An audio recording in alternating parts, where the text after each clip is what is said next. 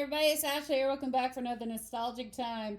We got another Ideal game here for you. Remember, Ideal had a lot of games that came out in the 60s and 70s that you got to see, such, of course, as Radar Search, Wrestle Around, Tip It. But this one we hear is from 1972 called Auctioneer. This was considered the games for adults. It was 2 to 4 players. Where basically it was kind of like you just went to an auction house and you were, well, just bidding against with, the auctioneer. I thought that was still kind of neat to look at just when they set up the game itself of how this actually functions without batteries.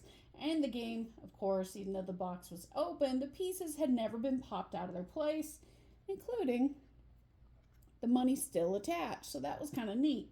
And the little bid tokens. So basically the game here is very simplistic. You do 2 to 4 players and you get your little stack of merchandise cards, including this awesome old camera there. Yes, the grandfather clocks and tea sets and the typical green refrigerators as you remember of the 70s.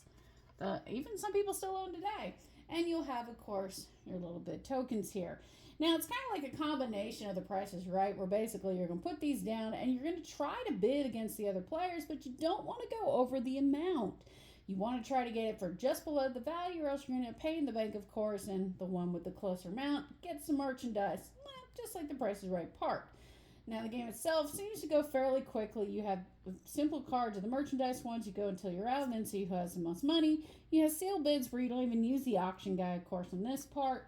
So that actually makes it go a little quicker as well. And then you have a job lot that actually puts all the certain amounts at the same time.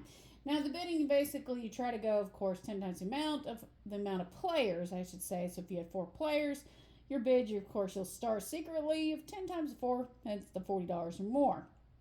But you don't want anybody to know, of course, when you put the cards down, how much they go for. This time, that camera was $10 in 1972 for that one, which is not bad. This game itself even had its little price tag on the side, where at a toy fair it was $3.50, the normal one was $6, so I thought that was kind of cool. But yeah, so you basically, of course, you put your card down, don't let anyone see the price, and you start to put your bid tokens here. Now, you do that once this guy's been set, and it's like a spring of like the perfection game, basically.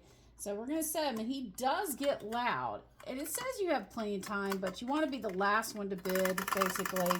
So if yours is on top, it's going to get loud. He's coming. And there we go. As they put it, gone. But see, you don't have a whole lot of time, and you want to be the last person. So basically, for me, I would just sit there like, yeah, I'm not placing my bid. Nope. Oh, you're all good? Okay. But that's basically it there. So you just, like I said, you want to be the one with the most money and try to get the most merchandise cards if possible. And that's the game. The game itself is very easy to set up, as you can see here. It's just simple plastic here. The merchandise guy. You just slide, or the auctioneer guy, you just slide him into place and just deal out the merchandise cards from out. Each person, of course, gets their amount of tokens and a little bit of money from the bank to start out.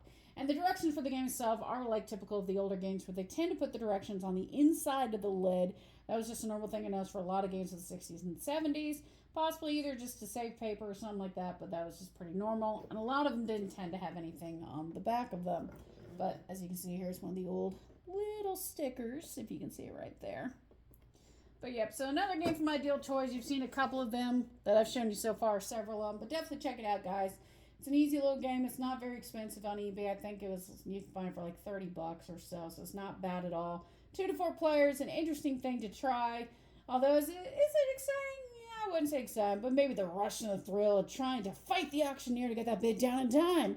Until next time, guys, this is Ashley, and I thank you so much for liking and subscribing. Remember, we are definitely over 260 videos on Nostalgic Time, and of course, they are on YouTube as well, as long as the video game recordings for any game developers that we've been following along.